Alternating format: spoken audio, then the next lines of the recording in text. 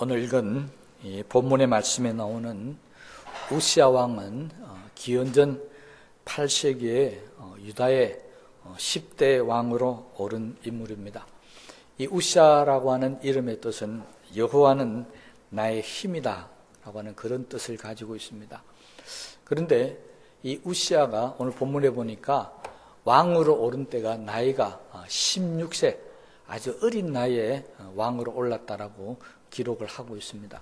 그 이유는 오늘 읽은 본문에는 나오지 않지만 앞에 살펴보면은 먼저 그의 할아버지가 바로 우리가 잘 아는 요아스 왕입니다.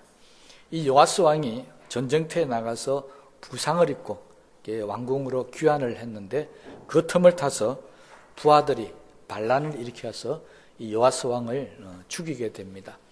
그래서 그의 아들이었던 이 아마사가 다시 왕으로 오르는데 역시 부하들이 반란을 일으켜서 이 아마사를 죽여버립니다. 그러니 할아버지도 아버지도 다 반란군에 의해서 죽임을 당하게 되었는데 16세 왕이 되었으니까 이게 아무런 힘이 없는 그런 어린 아이가 이제 왕이 되었던 셈이죠. 신하들은 이 어린 아이가 왕이 되었기 때문에 그 앞에 있었던 요아스 왕이나 또는 이 아마사 왕 같지 않게 자기 마음대로 아마 이 왕을 움직일 수 있다라고 그렇게 생각했던지 이 우시야 왕만큼은 죽이지 않고 그대로 내버려둬서 52년 동안 나라를 다스렸다라고 그렇게 기록을 하고 있습니다. 아주 오랫동안 나라를 잘 다스렸죠. 그래서 이 우시야 왕이 나라를 다스리는 동안에 그동안 반란을 일으켰던 그런 정치적인 혼란이라든지 또 나라가 어지러워서 주변 국가로부터 침략을 당하고 그랬었는데 그런 모든 것들을 다 이기고 이 이스라엘이 그러니까 유다죠. 유다가 굉장히 강한 나라로 부상을 하게 되어집니다. 그래서 나중에는 주변에 있는 나라들을 다 오히려 다스리게 되고 그리고 그들 나라로부터 조공을 받는 그런 강력한 나라로 부상을 하게 되어지고요. 백성들도 역시 편안해지고 이렇게 잘 살게 되는 그런 부국강병이라고 그러죠. 그런 나라를 만들게 됩니다. 이렇게 되면 얼마나 좋겠습니까? 그런데 성경은 이 우시야 왕의 마지막을 기록하면서 그가 마지막에는 하나님의 도우심을 받지 못하고 오히려 하나님 앞에 심판을 받아서 문둥병에 걸려서 성경은 나병이라고 되어 있죠. 이 문둥병에 걸려서 나중에 이 말년은 아주 쓸쓸하게 죽고 맙니다. 그러니까 우시야 왕을 한마디로 이야기하자면은 어렸을 때 그렇게 힘들게 왕이 되었지만은 그러나 나라를 잘 다스렸다가 결국은 나중에는 또 오히려 자신이 문둥병에 걸려서 죽임을 당하는 그런 비참한 인생이라 그럴까요? 결과가 별로 좋지 않는 그런 삶을 살았다라고 성경은 이야기하고 있습니다.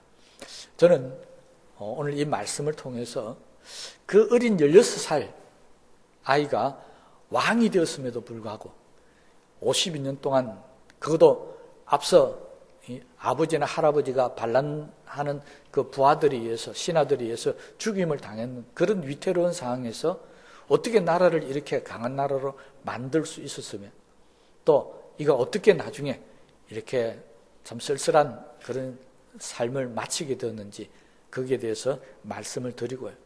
우리도 기왕이면 내가 어리고 나약하고 가진 것 없고 힘이 없다 할지라도 이게 잘 되어지고 형통하게 되는 그러한 삶을 좀 살았으면 좋겠다. 그리고 나중에 가서 그런 하나님의 축복을 잃어버리지 않고 우리가 마지막 이 생애를 마치는 순간까지도 하나님의 도우심으로 복받는 잘 되어지는 그런 삶을 살다가 하나님의 나라 가는 것이 좋지 않겠는가 하는 그런 마음으로 우리 이 말씀을 통해서 은혜를 나누고자 합니다. 우시야가 이렇게 어린 나이에 왕이 되었음에도 불구하고 그가 잘 되어졌던 이유, 성경은 한마디로 하면 하나님께서 도우셨다는 것입니다.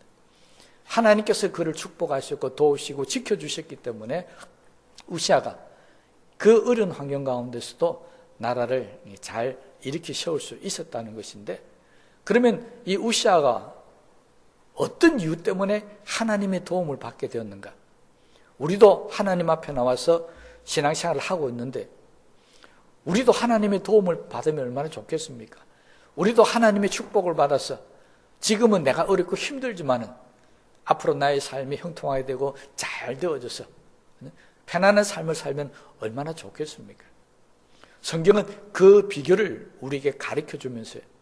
4절에 있는 말씀을 보면 우시아가 하나님의 도우심을 받고 형통하게 된 이유를 그가 바로 하나님 앞에서 정직하게 행했기 때문이라고 이야기하고 있습니다. 그럼 4절 말씀을 보면 여호와 보시기에 정직하게 행하여. 성경은 우시아가 하나님의 도우심으로 형통하게 된 제일 첫 번째 이유를 우시아는 하나님 앞에서 항상 정직했다는 것입니다. 다른 말로 하면 하나님 앞에 거짓으로 행하지 않았다는 것입니다. 사람들 보는 앞에서는 잘 따르는 것이 하다가 보지 않는 데는 죄를 짓고 보지 않는 데서는 거짓을 행하고 하는 그런 삶을 살지 않았다는 것입니다. 하나님 앞에서 정직하게 행했다는 것은 다른 말로 하면 사람들이 보든지 말든지 어떤 상황 가운데 있든지 간에 그는 항상 정직했다는 것은 빛 가운데서도 정직했지만 어두운 가운데 있을 때도 정직했다는 것입니다. 그게 하나님 앞이라는 의미입니다. 그러니까 하나님 앞이라는 것은 드러난 일뿐만이 아니라 숨겨진 일에 있어서도 하나님 보실 때 나무랄 것이 없는 그런 정직한 삶을 살았다는 것이죠. 우리가 잘 아는 정말 율법주의자였던 바리새인들, 그들은 사람들이 보는 앞에서는 정말 밝은 모습으로 율법대로 잘 살았습니다. 그런데 숨겨진 모습에 있어서는 그렇게 잘 살지 못했다는 것을 우리가 잘 알고 있습니다. 그래서 예수님은 그런 사람들을 가리켜서 너희들은 바로 회칠한 무덤과 같다 그랬습니다. 겉으로는 번질한데 안은 썩었다는 것입니다. 그래서 하나님은 그들을 보면서 정직하다가 말씀하지 않았습니다. 그러니까 하나님 앞이라는 것은 겉모습이나 속모습이나 동일하게 정직해야 한다는 그런 것을 우리에게 이야기를 하고 있습니다. 결국 성경은 우리가 하나님의 도우심을 받고 형통하려면 하나님 앞에서 정직하게 살면 된다는 것입니다. 이건 오늘 본문만 있는 것이 아니라 시편 84편 11절에 시편 기자도 똑같이 이야기합니다. 여호와 하나님은 해요 방패시라. 여호와께서 은혜와 영화를 주시며 정직하게 행하는 자에게 좋은 것을 아끼지 아니하실 것임이니라. 하나님은 하나님 앞에서 정직하게 행하는 사람에게 좋은 것을 아낌없이 준다는 것입니다. 그러니 형통하고 잘 되어줄 수밖에 없잖아요. 여기서 우리가 반드시 기억해야 할 것이 있습니다. 하나님 앞에서 정직해야 한다. 다시 말해 하나님이 평가할 때 정직해야지 사람이 평가해서 정직한 것은 아니라는 것입니다.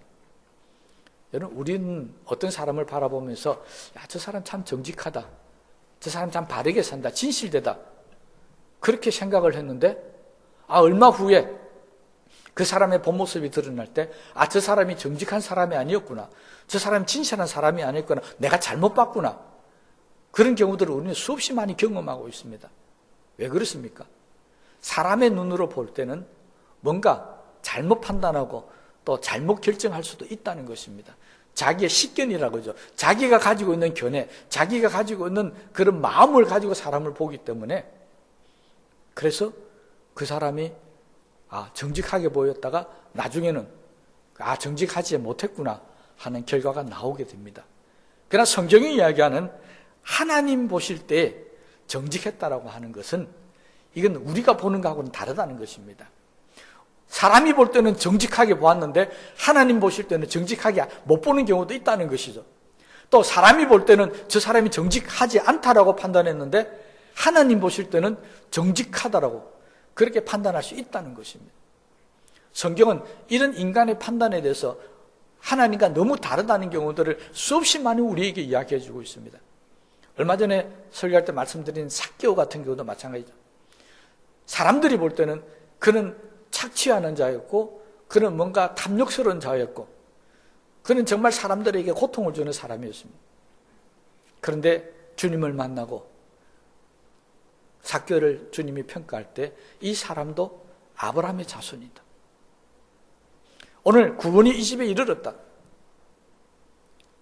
하나님의 평가는 달랐습니다. 성경 그런 경우가 한두 번이 아닙니다. 수없이 많은 경우가 사람들은 정죄하고 사람들은 저 사람은 아니라고 이야기하는데 하나님은 맞다라고 했습니다. 우리가 잘 아는 다윗 왕도 왕으로 뽑힐 때 어떻게 평가를 받았습니까? 부모들도 다윗은 왕이 될 제목이 아니라고 생각해서 혼자 밖에서 양들을 돌보고 하고 나머지 7 형들만 데려와서 왕으로 평가를 받았다는 것입니다. 그런데 하나님 평가는 아니었습니다. 오히려 다윗을 세우셨습니다. 우리가 하나님 앞에 정직이라고 하는 것은 다른 말로 하면 하나님 앞에 인정을 받아야 되는 것이지 사람의 평가를 갖고 우리가 평가하면 안 된다는 것입니다. 그래서 오늘 우시아 왕도 그랬지만 열왕기나 역대하나 뭐 이런 그러니까 왕들에 대한 기록을 할 때 성경이 그들을 왕들을 평가할 때 항상 마지막에 꼭 따라오는 평가가 있습니다. 그게 뭐냐니까 여호와 보시기에 뭘 했다고요? 정직히 행하였다. 아니면 여호와 보시기에 악을 행하였다. 이렇게 기록하고 있습니다. 그러니까 하나님 보실 때 정직하게 행하다는 것, 이것이 하나님의 도우심을 받고 형통하게 되는데 가장 중요한 역할을 한다는 것입니다. 그러면 우리는 어떻게 보고 평가를 하고 사람들은 어떻게, 하나님께서는 어떻게 사람을 평가하십니까? 우리는 사람을 평가할 때 우리가 가지고 있는 지식이나 우리가 가지고 있는 생각을 가지고 판단합니다. 그러면 하나님은 우리를 판단하실 때 뭘 가지고 판단하시느냐? 성경은 그 근거를 하나님의 말씀이라고 우리 이야기했습니다. 하나님께서 우리에게 정직하다 악하다 그 기준은, 그 절대 기준은 바로 하나님 말씀입니다. 하나님의 말씀을 온전히 따라 쫓아 살면 하나님 보실 때 정직히 행하였다고 평가하는 것이고, 하나님의 말씀을 따라 살지 않고 자기 마음대로 사는 사람을 향해서는 하나님 보실 때 악을 행하였다라고 그렇게 평가한다고 성경 우리에게 말씀해 주고 있습니다. 자, 여기서 우리 자신을 평가 한번 해보십시다. 내 생각을 가지고 나를 평가하는 것이 아니라 하나님의 말씀에 비춰봐서 나를 평가할 때 하나님은 나를 정직히 행한다라고 평가하시겠습니까? 아니면 나를 향해서 악을 행한다고 평가하시겠습니까? 여러분, 성경에 하나님 보실 때 정직히 행한다는 판단을 받은 사람보다 하나님 보실 때 악을 행한다는 판단을 받은 사람이 훨씬 더 많다는 사실입니다. 그럼 우리도 마찬가지겠죠. 통계적으로 보면 우리들 가운데서도 하나님 보실 때 정직히 행한다는 사람보다는 악을 행한다는 사람이 훨씬 많을 수도 있다는 것입니다. 왜 그러냐면 이 정직의 평가가 말씀을 따라 사는 것에 따라 평가한다고 그랬습니다. 그런데 우리가 하나님의 말씀을 따라 살고 있지 않습니까? 그런데 솔직한 우리의 고백은 하나님 말씀 따라 사는 것이 쉽지가 않다는 것입니다. 그 말씀대로 사는 게 어렵다는 것이죠. 그래서 여호와 보시기에 정직히 행하는 것이 어려운 것입니다. 만약 우리가 하나님 말씀 따라 사는 것이 쉽다라고 한다면은 여호와 보시기에 정직하게 사는 것도 우리는 쉬울 것입니다.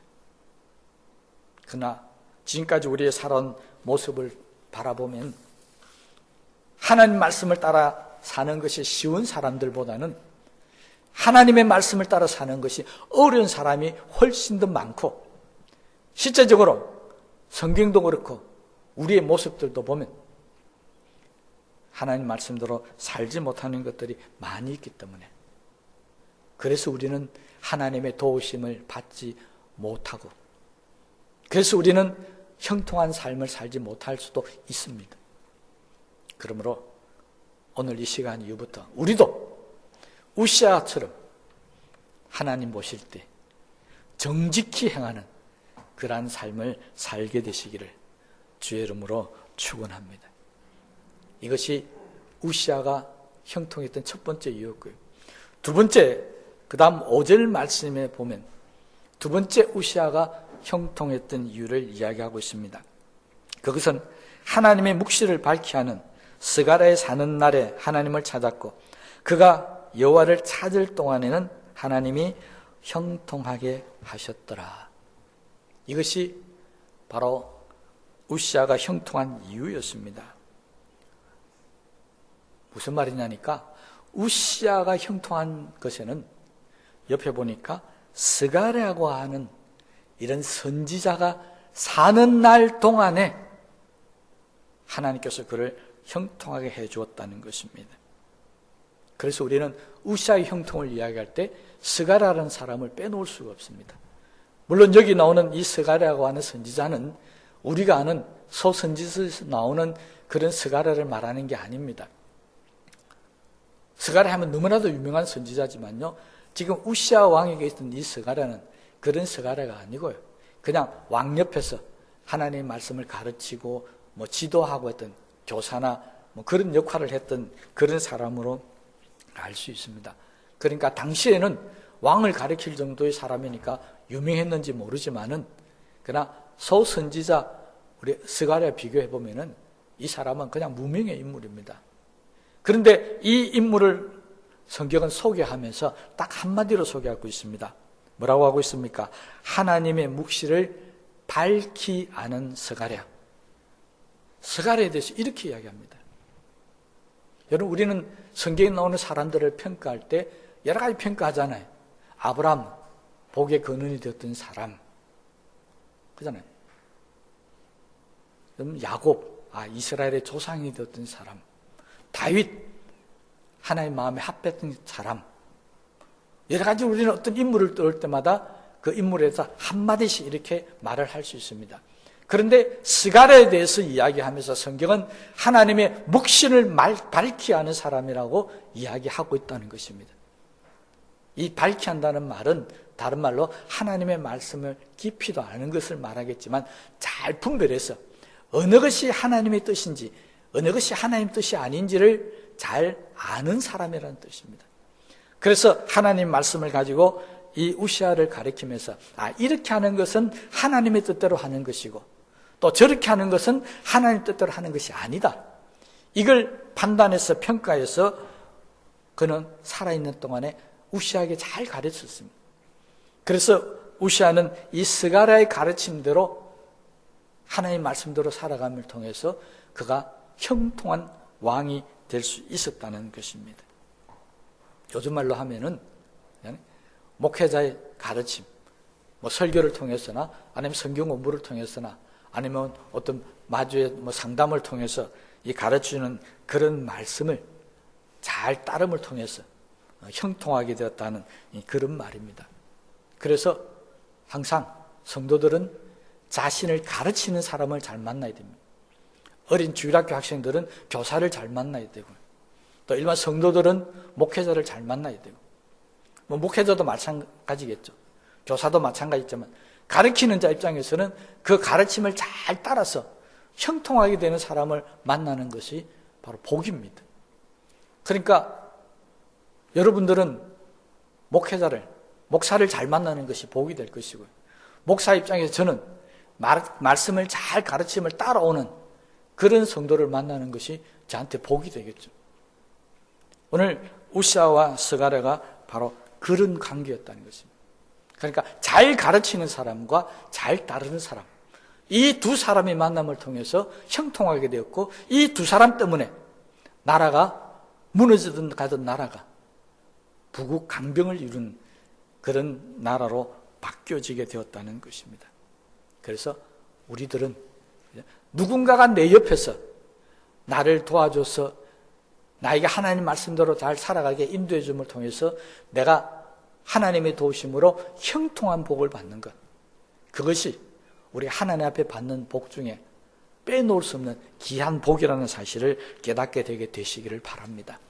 그래서 히브리서 13장 17절에 히브리서자는 이렇게 얘기합니다. 너희를 인도하는 자들에게 순종하고 복종하라. 그들은 너희 영혼을 너희 영혼을 위하여 경성하기를 자신들이 청산할 자인 것 같이 하느니라. 그들로 하여금 즐거움으로 이것을 하게 하고 근심으로 하게 말라. 그렇지 않으면 너희에게 유익이 없느니라. 그러니까 가르치는 말씀을 잘 따르면 유익되고 형통하게 되는데, 그렇지 않고 가르치는 말씀을 잘 따르지 않으면 형통하지 못하게 된다라고 하는 것입니다. 우시아는 이 스가랴 선지자의 말씀대로, 가르침대로 잘했습니다. 그런데 그 가르침의 핵심이 무엇일까 궁금하죠. 어떻게 가르쳤기 때문에 우시아가 이렇게 형통하게 되었을까? 오늘 그 가르침의 내용이 본문 말씀에 나옵니다. 5절 말씀 가운데 보면 스가랴가 사는 날에, 그 다음이 바로 스가랴가 우시아에게 가르쳤던 내용이었고 우시아가 따라왔던 말씀의 행동이었습니다. 뭐라고 되어 있습니까? 하나님을 찾았고. 우시아 왕이 스가랴 선지자로부터 배웠던 것은 아주 복잡한 게 아니었습니다. 어렵고 힘든 일이 생기고 내가 해결하지 못할 일이 생기면 당신은 하나님을 찾아야 합니다. 그게 스가랴의 가르침의 핵심이었습니다. 여러분, 저도 똑같이 말씀드리고 싶습니다. 우리 성도들이 정말 힘든 일을 만났을 때, 정말 앞에 큰 문제를 만나고 내가 해결할 수 없는 문제를 만났을 때, 그때 하나님을 찾으십시오. 그것이 꼭 기도하라는 게 아닙니다. 하나님, 나를 불쌍히 여겨주십시오. 하나님, 이때는 어떻게 하면 좋겠습니까? 하나님, 이건 어떻게 해야 내가 이 어려움을 잘 견딜 수 있겠습니까? 그것이 하나님을 찾는 것입니다. 성경은 그렇게 하나님을 찾는 자들에게 하나님 항상 축복하셨고요. 이 말씀과 반대되는 것이 성경에 또 나옵니다. 하나님을 찾지 않고 애굽으로 내려가는 자는 저주를 받을 것이니라. 무슨 말입니까? 하나님을 찾지 않고 세상을 찾는다든지 세상의 도움을 구한다든지 세상의 지혜를 구하는 그러한 사람들은, 다시 말하면 하나님을 찾지 않고 다른 것을 찾는 사람들은 하나님의 도움을 받지 않는 것뿐만이 아니라 오히려 하나님의 심판을 받고 저주를 받을 수 있다는 것입니다. 그 결과도 오늘 성경이 이야기하고 있습니다. 바로 스가랴가 사는 날 동안에는 이 가르침대로 우시아가 하나님을 잘 찾았습니다. 그런데 이 우시아가 죽고 난 이후에는 달라졌습니다. 15절 말씀 넘어가면요, 그렇게 이야기하고 있습니다. 그가 강성해짐에 그의 16절 말씀입니다. 그가 강성해짐에 그의 마음이 교만하여 악을 행하여 그의 하나님 여호와께 범죄하되. 스가랴가 살아있는 동안에는 어렵고 힘든 문제를 당할 때마다 하나님을 찾았고 하나님 보실 때 정직하게 살았다는 것입니다. 그런데 스가랴가 죽고 나자 그는 하나님을 찾지 않고 당연히 그 다음 삶이 마음이 교만해졌어요. 하나님을 버렸다는 것입니다. 하나님을 안 찾았다는 것입니다. 이것이 바로 악을 행하였다는 것입니다. 그러니까 하나님 앞에 축복을 받는 왕들은 어렵고 힘들 때마다 하나님을 찾아서 하나님 보실 때 정직했다라고 표현하고 있고, 그리고 교만해지고 내가 이 정도 나라를 이루고 내가 힘이 이만큼 생겼으니까 이제는 하나님을 필요 없다라고 그렇게 생각해서 하나님을 찾지 않는 왕들을 향해서 여호와 앞에 악을 행했다, 범죄했다, 이렇게 성경은 지금 표현을 하고 있습니다. 그러므로 우리들도 어떤 어려운 거 힘든 일일 때마다 바로 나에게 도움을 주시고 나를 형통케 하시는 이는 오직 하나님밖에 없다라는 사실을 아셨어요. 꼭 하나님을 찾게 되시기를 주의 이름으로 축원합니다. 그래서 이 우시아의 가르침대로 하나님을 찾자 7절 15절 계속해서 나오는 말씀이 있습니다. 하나님께서 우시아를 도우셨다는 것입니다. 여러분, 하나님을 찾을 때는 하나님이 도우십니다. 그러나 하나님을 찾지 않을 때는 하나님께서 도우지 않는다는 것입니다. 그러면 하나님의 도우심과 돕지 않을 때 차이가 어떻게 있는지 오늘 말씀해 보면은 이 6절 이하의 말씀 오늘 보면 읽지 않았지만 계속해서 나오고 있습니다. 하나님이 도우실 때는 우시아가 형통했어요. 동으로는 암몬, 서쪽에는 블레셋, 저 밑에 남쪽에는 아라비아까지 모든 나라를 이 우시아의 통치 아래 놓여지게 됐고, 그리고 쓸모없는 광야 같은 땅, 메마른 땅에도 저수지를 만들고 우물을 파고해서 거기에도 농사를 짓게 만들고 목축을 하게 만들어 주었습니다. 뿐만이 아니라 군사력도 굉장히 강해졌어요. 이 숫자에 보면 30만 7,500명이라는 당시의 인구 숫자에 비하면 어마어마한 정예군을 갖게 되었습니다. 경제적으로도 굉장히 성장해서 백성들이 대단히 잘 먹고 잘 살게 되었다라고 성경이 기록하고 있습니다. 여러분, 우리가 정치하는 사람들을 위해서 기도할 때 우리도 이렇게 기도해야 하고, 우리나라에도 바로 이런 지도자가 나올 수 있도록 우리는 꼭 기도하셔야 됩니다. 어떤 사람이 우리나라를 다스리든지 간에 백성들이 편안하고 잘 살 수 있는 나라, 나라의 힘이 강해졌어요. 주변에 있는 나라들이 감히 침범도 못하고 조공을 바칠 수 있는 그런 나라, 우리하고 협력하여 살자 먼저 찾아올 수 있는 그런 나라, 이런 나라가 바로 강한 나라입니다. 그래서 우리 이런 나라를 위해서 기도해야 합니다. 기도해야 된다는 이야기는 지금은 그렇지 못하다는 것이겠죠. 아무튼 성경은 하나님이 도우셔서 우시아 왕 시절에 이렇게 놀란 부국 강병을 이루었다라고 우리에게 이야기하고 있고, 그 이유가 바로 스가랴가 왕을 잘 가르쳤고 왕은 그 말씀을 따라 잘 살았기 때문에 그렇게 되었다라고 이야기하고 있습니다. 여기서 끝이 나면 정말 아멘이고 할렐루야입니다. 그런데 성경은 여기서 끝이 나지 않습니다. 바로 우시아 왕이 말년에 문둥병 나병에 걸려 죽게 되었다는 것입니다. 이유를 성경은 바로 우시아에게 영적인 강한 영향력을 끼쳤고 하나님을 찾게 만들었던 스가랴가 죽었기 때문이다. 그래서 그는 그때부터 하나님을 찾지 않고 여호와께 범죄하였기 때문이다. 그렇게 이야기하고 있습니다. 결국 우시아가 하나님의 도움을 받고 형통하게 되었느냐, 아니면 문둥병에 걸려서 죽게 되었냐는 결정적인 요인은 스가랴였습니다. 스가랴가 있고 없고에 따라서 한 왕의 운명이 이처럼 달라졌고 나라의 운명이 이처럼 달라졌었습니다. 여러분, 그렇다면 우리도, 나에게도 내 옆에 스가랴 같은 사람이 있으면 얼마나 좋겠습니까? 오늘 설교 제목이 뭐였습니까? 우리에게는 형통을 가져다 주는 사람이 있습니다. 우시아에게 형통을 가져다 주는 사람이 스가랴였습니다. 그럼 나에게 형통을 가져다 주는 사람은 누구겠습니까? 그 사람이 여러분 옆에 있다면 여러분 대단한 행복한 사람이고 하나님의 큰 복을 받은 사람입니다. 그런데 그런 사람이 나에게 지금 없다면 오늘 이 시간 이후부터 누가 나에게 스가랴 같은 역할을 해줄 수 있는가?